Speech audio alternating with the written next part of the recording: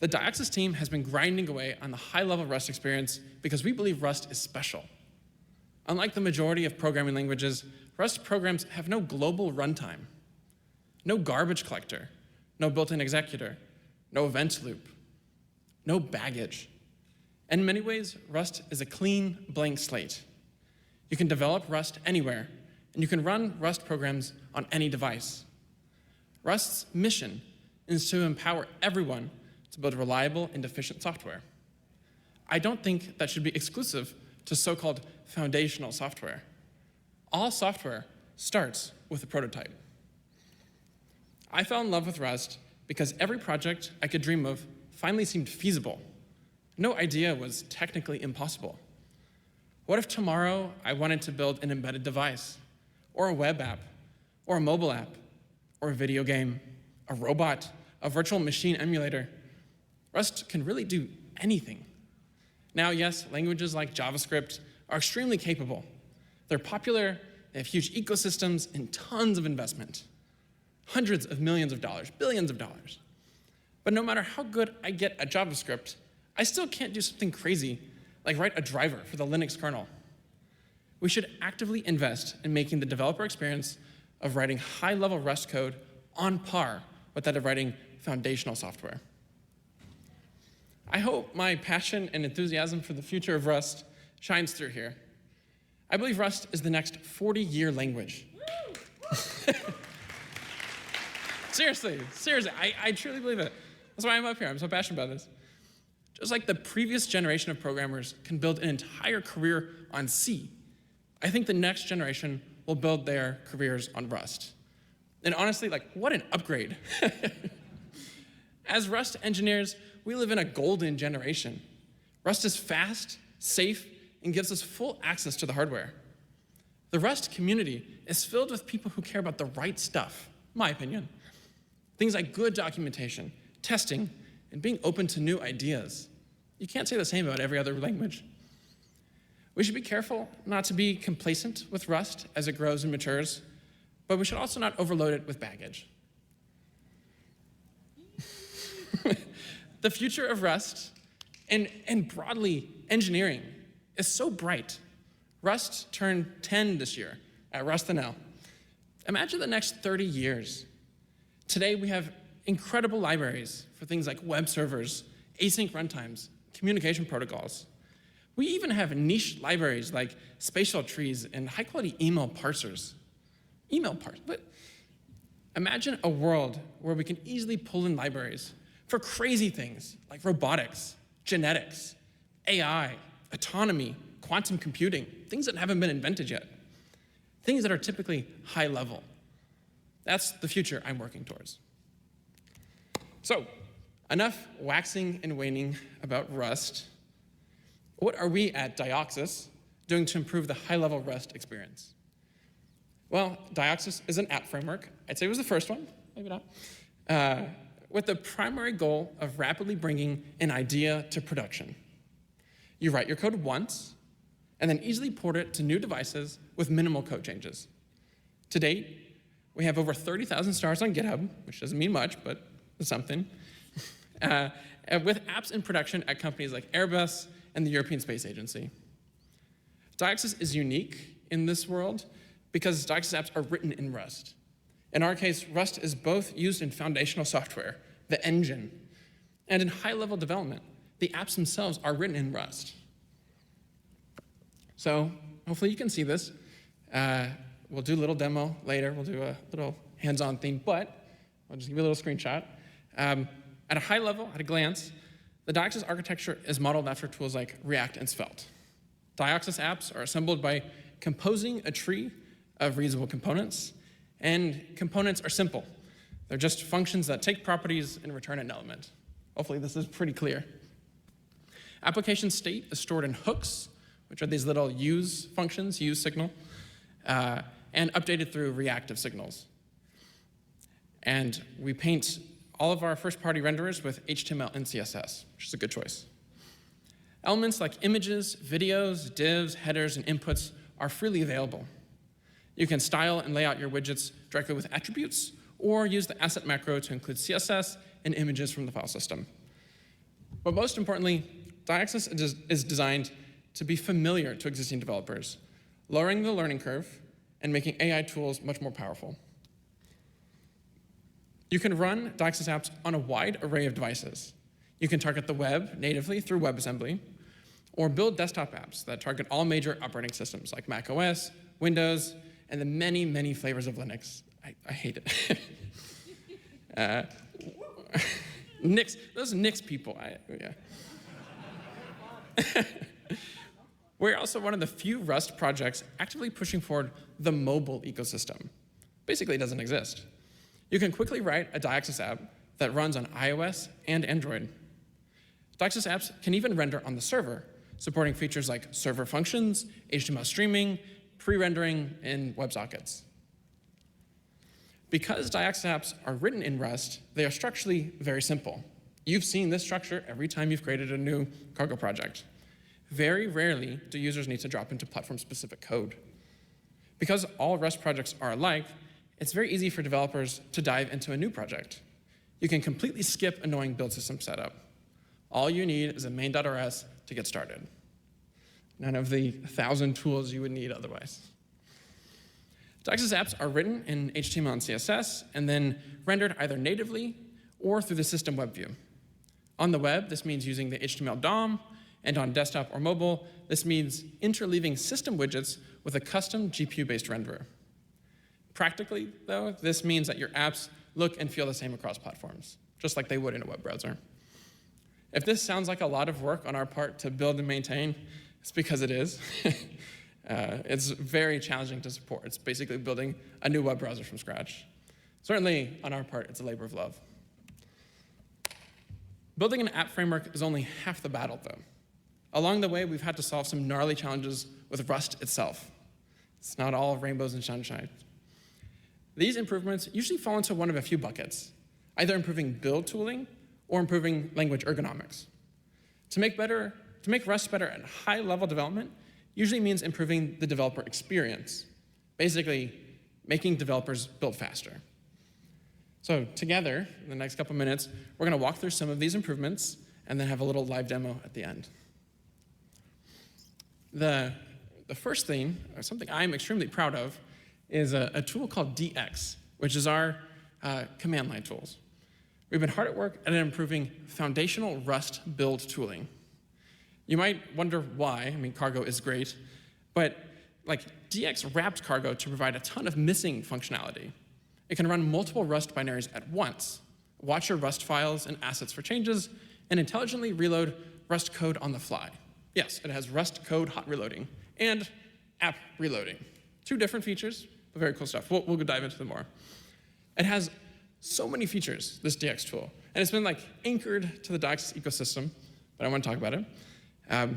You can filter your log levels at runtime. So if you press V, you can get the verbose mode, which lets you inspect deeply Cargo's build system, the Rust compiler, as well as being able to turn on verbose logging for your running apps as they're live. DX supports serving web apps, desktop apps, and even cross-compiling to iPhones and Android devices. DX is a very powerful cross-compiler, basically solving the Rust cross-compilation problem. DX is not specific to Dioxus and can be used with any Rust project. It's a very cool tool. And there are a lot of little details into building good Ratatouille apps and TUI apps. So I got to write a blog post about this at some point. You can copy the lines. You don't need special copy-paste handlers, and there's all sorts of stuff. One of the cool things is you can press D, and it opens a debugger. So if you're using VS Code or Cursor, we don't have Z support yet, you get your app running in a debugger. One thing that's really, really cool about owning your own tools is the ability to instantly hot reload certain macros. So our RSX macro allows us to quickly build HTML, CSS UIs. We can instantly hot reload it in 0 seconds. The hot reload engine is extremely powerful. You can modify the layout, the style, and the content of UI elements without rebuilding your Rust project. It even has the ability to instantly hot reload a limited subset of Rust code, like numbers, strings, and booleans, instantly. The RSX macro is essentially a lighter form of Rust with fewer features and some syntax sugar to make assembling elements easier. But we were able to extract the RSX macro parser and reuse it for a wide number of tasks like auto-formatting, HTML to RSX translation, and the hot reload engine. Rust macros don't natively support things like autocomplete and partial expansion, so we've developed new libraries like partial expression to make it easier to write high-quality Rust DSLs. Partial expansion gives macros great editor support with things like autocomplete, hover support, and high-quality error reporting, like they're just part of the Rust programming language. The architecture here is very interesting and maybe something you can leverage in your own projects. While watching users build Dioxus apps, we noticed many people struggle with the verbosity of Rust around callbacks and spawning asynchronous work. Rust enables fearless concurrency, but at times it's not very ergonomic. This shows up frequently in UI code, where pretty much everything is a callback or asynchronous work. So, to fix that, we built a generic crate called generational box. Generational box completely removes the need to call .clone on values used in callbacks by wrapping the underlying data in a smart pointer that implements the copy trait. The copy trait is special because Rust automatically inserts calls to .clone for us. This behavior is critical to making async Rust code ergonomic, but it does have some fundamental limitations. Ownership of values become non-obvious, forcing us to move some compile time guarantees to runtime checks, such as the cost of high-level Rust. The generational pointer enables copy ergonomics for data that follows a hierarchical program structure, basically directed nodes in a tree. It's written in entirely safe Rust and adds only a very small overhead. As long as some data has a clear parent or owner, either its container or another node in the tree, it can be freely used without explicit .clone calls between callbacks, tasks, and even system threads. And the benefits are real. The smart pointers make writing callbacks and concurrent code much easier, sometimes even simpler than in languages like JavaScript. I do want to mention that we want to add the ergonomics of generational box to Rust itself. Generational box is a great prototype, but we want everybody to have this. So we proposed a project goal to add lightweight clones to Rust for types like reference-counted smart pointers. And that's not my name up there, that's Josh Triplets. It's a controversial change to the Rust language. Not everyone might agree, but in my opinion, it's critical for high-level Rust to succeed.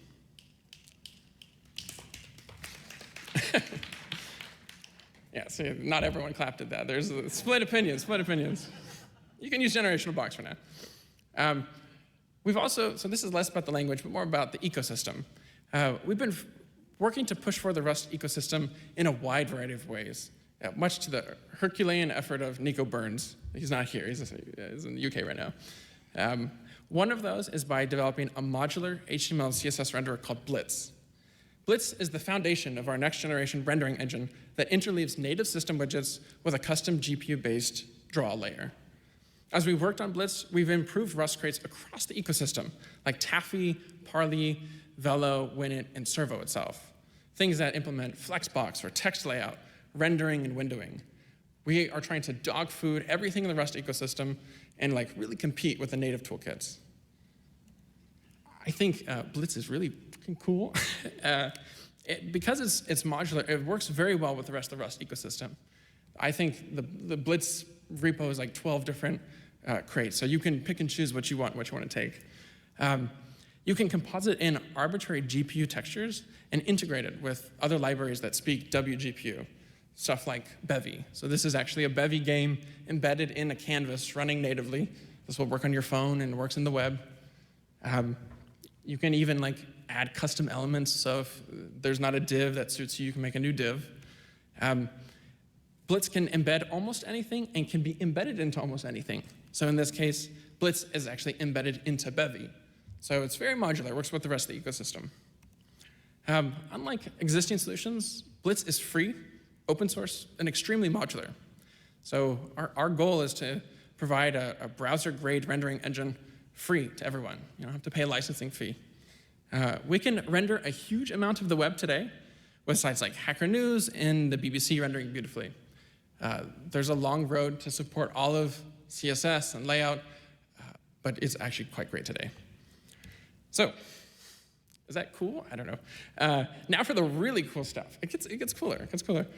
The stuff I've showed so far is pretty cool, but it's not even close to the most interesting innovations we've made thus far. 2 years is a long time. At a certain point, we need more power than Rust itself can provide. Fortunately, a little esoteric thing called a program linker can provide the muscle. Program linkers are programs that take a collection of compiled assembly files and system libraries and combine them into a single output executable. It's the last step when you run a cargo build. Linkers are special because they're the one tool that has complete visibility into your entire Rust project. Our first experiment with using the linker was to develop a generic asset system for Rust. This means including things like images, style sheets, videos, 3D models, all these things into your app, some of which can be very large. We didn't want to simply use the include bytes macro. Include bytes literally just copies the bytes from the file into your program's data section. For platforms like web and mobile, you really want your assets to load in parallel with the main binary, not be embedded in it. Our asset macro actually includes only the metadata about the assets in the main binary, like their path in the file system and some configuration options. The crate that backs this is called const serialize. So you can do const serialization and deserialization. You compile your project like normal, and then a post-processing step extracts the metadata by parsing special linker-only sections of the main binary's data segment. We use this metadata to locate the assets on the file system, optimize them, and copy them into the final bundle. Users get features like asset hashing, caching, optimization, and over-the-air updates for free. Once we properly understood how to use the linker, we embarked on a much harder project, WASM bundle splitting. Bundle splitting breaks large binaries down into smaller chunks that can be fetched and lazily loaded on demand. This is a key feature widely used in the JavaScript ecosystem that helps apps load quickly, no matter how many screens you add. Unlike the asset system, our WASM bundle splitting feature actually rewrites your app's assembly in place. We read the special linking section of your binary and create a call graph of every function using the linker's relocation entries. Normally, relocation entries are used by the linker to maintain a list of fix-ups required to create the final binary. But in our case, they provide a natural map of your code for us to intelligently break it apart. This map guides our assembly rewriter to split isolated sections of the call graph from one another. An app with 100 different screens can easily become 100 small chunks. This feature reduces initial bundle sizes from tens of megabytes to just a few hundred kilobytes, making Rust a viable target for the web. OK, last one. Subsecond. This is the coolest demo of the presentation. Subsecond is a hot patching engine for Rust that lets you modify and update Rust functions at runtime. Hopefully you can see the video. This is a client and a server, so two separate binaries running in an iOS simulator, and we are modifying the Rust code and seeing updates propagate in 400 milliseconds. If you're using a supported library framework, your code requires no changes to support hot patching. Simply dxserve --hot patch, and you get Rust hot reload for free. Subsecond is exciting because it keeps you in the flow. You can quickly tinker with values, behaviors, logic, and content without closing and reopening the program. Subsecond is fast. Most hot patches take less than a second, and some small changes can take less than 0.1 seconds. Subsecond is not just limited to Dioxus. We built adapters for frameworks like Ratatouille and Axum, and projects like Bevy and Iced have already integrated the protocol into their main repos. These demos showcase how effective hot patching is for high-level Rust development, shaving off hours of what would have been slow and painful iteration. And if you've ever built a video game with Rust or a TUI app with Rust, being able to see this update live, it's like magic. It still looks like magic. In my opinion, Subsecond is a marvel of engineering, not to toot my own horn, but it sidesteps the traditional cargo build system, almost entirely eliminating the expensive linking step that slows down incremental development. We initially compile a fat binary that includes all generated assembly. As you modify your Rust code, we recompile just the crates that change and incrementally link them against hard-coded addresses in the running program. This process is extremely fast and efficient, hence the name Subsecond. Note that this technique is not specific to Rust and can even work for C, C++, and Zig. Building Subsecond was quite challenging. I don't know if you can see any of the code on here.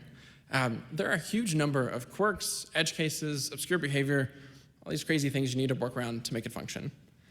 But we support all major platforms, even mobile and WebAssembly. This means handling things like architectures, calling conventions, thread locals, and even weird platform-specific quirks like the Windows linker, or kernel hardening, or address space layout randomization. Fortunately, the results are fantastic. We've been watching people use Subsecond to develop games, iterate on front end, build back ends, and even do 3D modeling.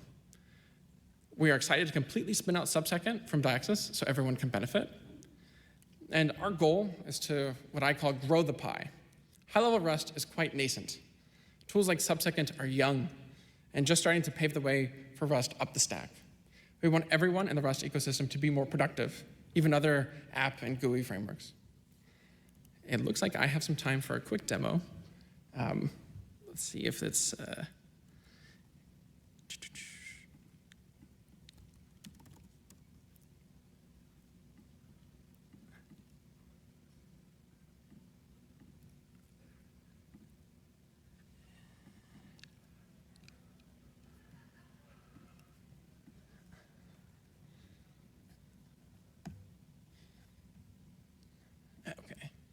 All right, hopefully you guys can see this. Is it too big, too small? Perfect. OK, good. So this is a simple Dioxus app. There's not much going on in it. We have an agents.md file. If you're an AI person, it's a lot smarter at writing Dioxus code than it would be otherwise. Every Dioxus app starts with a main function, and we have a launch. Components are just these like little ident and curly braces. So there's this echo component down here. We have a hero component down here. It looks just like HTML and CSS. I don't know if you've seen Rust look like this before, but it's, we try to make it as elegant as possible. And then we have our command line tools. So here we can dxserve. Yeah, we'll do hot patch, platform, and then we'll do desktop. OK, so we have a very cool little embedded GUI in the command line tools. It's interactive, so if we press R, we can reload the app. That forces a full rebuild. We can press V, and we can do it again, and we get even more logs from inside of the build system. And then we can go and start hot patching things. So let's say hello from the server. Hello. Let's modify what the server has to say. So we can come over here. Server says, we can delete this, save, and then we hot patch. No, look at that. So that was pretty quick. The live demo worked. I think it's a success.